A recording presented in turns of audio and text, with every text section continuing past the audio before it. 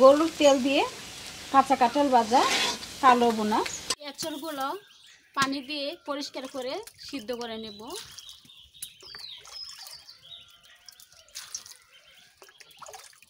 আমি এভাবে 4 ডাবু পানি দিয়ে নিলাম এঁচড় পরিষ্কার করার জন্য।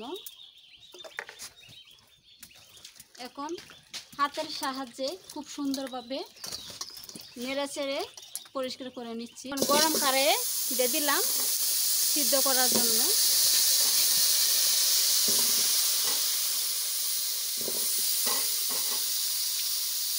এভাবে আমি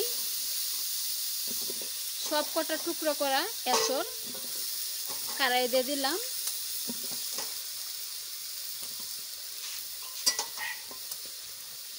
এতে এখন আমি পরিমাণ মতো পানি দেব সিদ্ধ করার জন্য।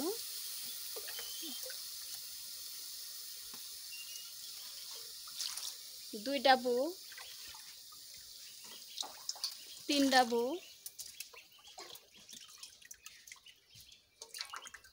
4 ডাবু,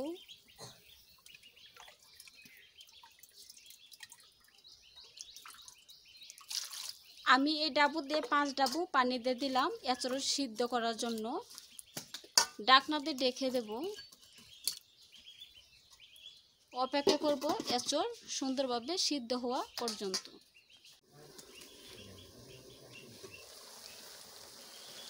আমি খুব সুন্দরভাবে এঁচড় সিদ্ধ করে নিয়েছি। এখন আমি এঁচড়ের নিচের অংশে কিছুটা পানি আছে, পানিটা আমি চেকে নেব। হয়ে গিয়েছে এঁচড় সিদ্ধ করা। গরুর তেল দিয়ে কাঁঠাল রান্না করার জন্য আমি প্রথমে খুব সুন্দরভাবে কড়াইটা গরম করে নিয়েছি এবং পেঁয়াজ কুচি দিয়ে দিলাম। আর পেঁয়াজ কুচিটা তেল ছাড়াই গরম কড়াইয়ে এভাবে কিছুক্ষণ ভেজে নিচ্ছি। তাহলে গরুর তেল দিয়ে যে কাঁঠাল রান্না করা হবে তরকারিটার মধ্যে আলাদা একটা সুগন্ধ হবে। এখন আমি এতে কাঠি সরিষার তেল দিয়ে দিচ্ছি পরিমাণ মতো। দেখতে পারলেন আমি কাঠি সরিষা তেল দিয়ে দিলাম পরিমাণ মতো। এখন আমি খুব সুন্দরভাবে ছুরির সাহায্যে নেড়ে ছেড়ে নিচ্ছি। দেখেন এভাবে প্রথমেই পেঁয়াজ কুচিটা ভেজে নিলে খুব মজার একটা গন্ধ আসে। এখন সেই মজার একটা গন্ধ বের হয়েছে। এখন আমি এতে পরিমাণ মতো দিয়ে দিচ্ছি রসুন কিটা করা, আদা বাটা দিয়ে দিচ্ছি পরিমাণ মতো। যেহেতু এটি বাটা উপকরণ সেজন্য, যেহেতু পাটাতে বাটা উপকরণ সেজন্য আমি প্রথমে গরম তেলে দিয়ে দিচ্ছি যেন কাঁচা কাঁচা একটা গন্ধ না থাকে। আর এভাবেই প্রথমে দিয়ে দিলে কাঁচা কাঁচা গন্ধটা থাকে না। আর গরম তেলের সঙ্গে খুব সুন্দরভাবে রসুন চিতা করা আর আদা বাটা খুব সুন্দরভাবে গরম তেলের সঙ্গে ভেজে নিচ্ছি। এখন আর কাঁচা গন্ধটা থাকবে না। এখন আমি এতে দিয়ে দিব পরিমাণ মতো মরিচ গুঁড়া, পরিমাণ মতো দিয়ে দিচ্ছি মরিচ গুঁড়া, পরিমাণ মতো 2 চামচ দিয়ে দিলাম মরিচ গুঁড়া, 1 চামচ হলুদ গুঁড়া,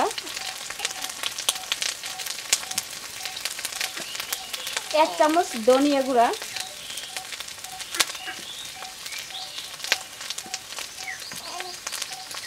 1 চামচ দিয়ে দিলাম লবণ। লবণটা কম বেশি করে পরে আপনারা দিতে পারেন। আমি 1 চামচ এখন দিয়ে দিলাম লবণ। এখন আমি খুব সুন্দরভাবে ছুরির সাহায্যে নেড়ে ছেড়ে শুকনো মশলার উপকরণগুলো গরম তেলের সঙ্গে মিক্স করে নিচ্ছি। এখন আমি এতে দিয়ে দিব 2টা তেজপাতা, 2টা সাদা এলাচ, দারচিনি এবং গোটা জিরা। এখন আমি আবারও খুব সুন্দরভাবে নেড়ে চেড়ে নিচ্ছি। এখন আমি একটু হাফ ডাবু পানি দিয়ে দেব।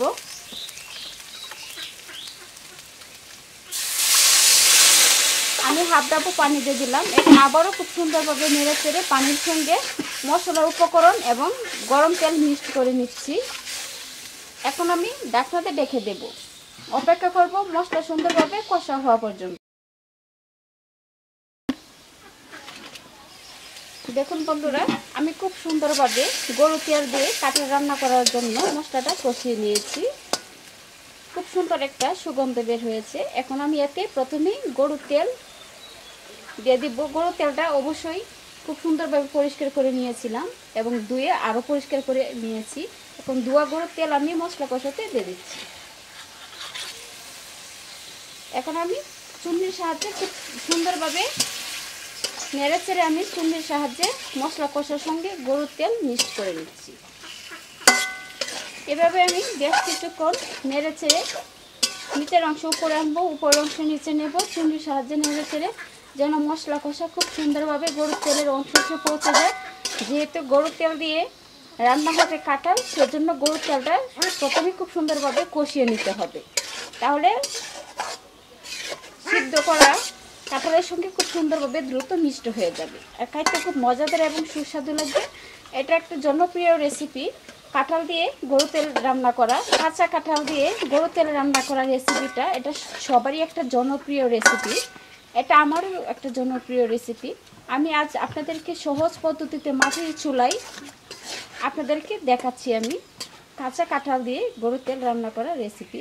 এখন আমি ঢাকনাতে রেখে দেব, অপেক্ষা করব গরুর তেল সুন্দরভাবে সিদ্ধ হওয়া পর্যন্ত।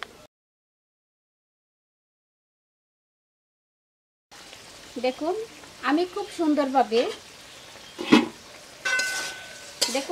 সুন্দরভাবে গরুর তেল সিদ্ধ করে নিয়েছি কাঁঠাল দিয়ে রান্না করার জন্য। এখন আমি সিদ্ধ করা কাঁঠাল দিয়ে দিচ্ছি গরুর তেলে আমি খুব সুন্দরভাবে একটা চুন্নির সাহায্যে এভাবে একটা সঙ্গে যেন আরেকটা না লেগে যায়, এভাবে খুব সুন্দরভাবে সিদ্ধ করা কাঁঠাল গরুর তেলে বা মশলা কষাতে দিয়ে দিচ্ছি। এখন আমি চুন্নির সাহায্যে নেড়ে চেড়ে মশলা কষা এবং সিদ্ধ করা গরুর তেলে মিক্সড করে নিচ্ছি সিদ্ধ করা কাঁঠাল। গরুর তেল মশলা কষার সঙ্গে সিদ্ধ করা কাঁঠাল এভাবে আমি বেশ কিছুক্ষণ চুন্নির সাহায্যে নেড়ে চেড়ে মিক্স করে নিচ্ছি। বন্ধুরা আপনারা দেখতে পাচ্ছেন যে সিদ্ধ করা কাঁঠালের কিন্তু কালারটা আগের মতো নেই, বারবার নেড়ে চেড়ে নেওয়ার ফলে সিদ্ধ করা কাঁঠালে কিন্তু খুব সুন্দর একটা রং এসে গিয়েছে। আর অবশ্যই সিদ্ধ করা কাঁঠাল গরুর তেল দিয়ে রান্না করার সময় গরুর তেল যখন অল্প অল্প সিদ্ধ হয়ে যায় তখনই সিদ্ধ করা কাঁঠালটা দিতে হবে, তাহলে কিন্তু সিদ্ধ করা কাঁঠালও খুব সুন্দরভাবে মশলার সঙ্গে মিক্সড হবে এবং গরুর তেল থেকে যে তেলটা ছাড়বে সেই তেল কিন্তু খুব সুন্দরভাবে কাঁঠালের সঙ্গে মিক্সড হয়ে যাবে আর কাঁঠালের স্বাদ কিন্তু আরও দ্বিগুণ বাড়িয়ে দেবে গরুর তেল। দেখেন আমি এইভাবে বেশ কিছুক্ষণ নেড়ে চেড়ে নেওয়ার ফলে কাঁঠালে খুব সুন্দর একটা কালার চলে এসেছে। এখন আমি এটা শুকনোভাবে কিছুক্ষণ এভাবে ভেজে নেব গরুর তেলের সঙ্গে এবং মশলা কষার সঙ্গে, তাহলে কাঁঠালের তরকারিটা খাইতে খুবই মজাদার এবং সুস্বাদু হবে। আর খাইতে কিন্তু খুবই কাঁঠালের যে টুকরোগুলো আছে এটি কিন্তু খাইতে সেম গরুর মাংসের মতো লাগে। এতে এখন আমি পরিমাণ মতো পানি দিয়ে দিব।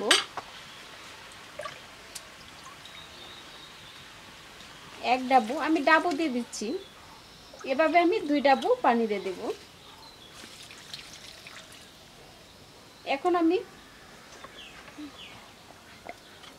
2 ডাবু পানি দিয়ে দিলাম।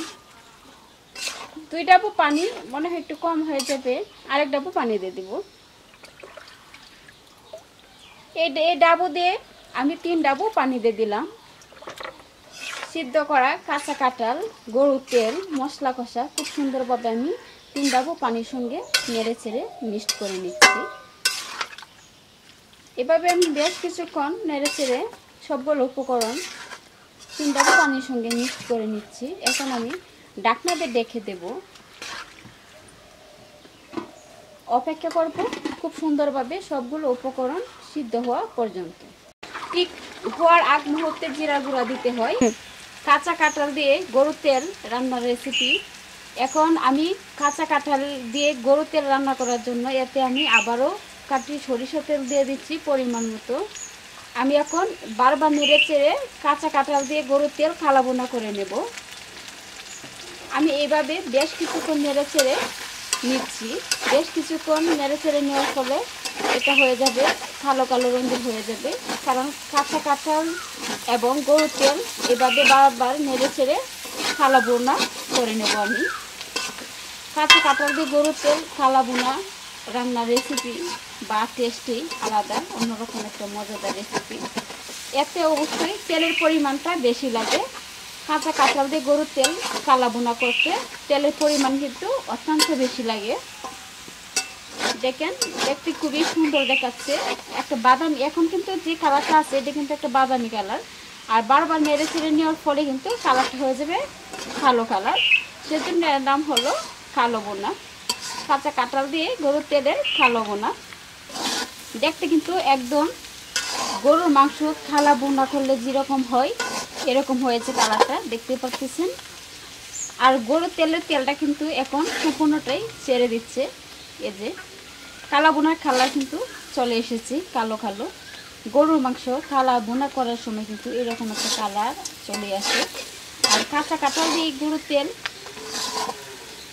কালা বোনা করার জন্য গরুর গোশত কড়া করে বাজি করে নেওয়ার পর যেরকম একটা কালার আছে, ঠিক আমি এইভাবে কড়া করে বাজি করে নিয়েছি। গরুর তেল দিয়ে কাঁচা কাঁঠাল ভাজা কালো বোনা আমি সেম এরকমভাবে বাজি করে নিয়েছি। গরুর তেল দিয়ে কাঁচা কাঁঠাল এর কালা বোনা রেসিপি হয়ে গিয়েছে।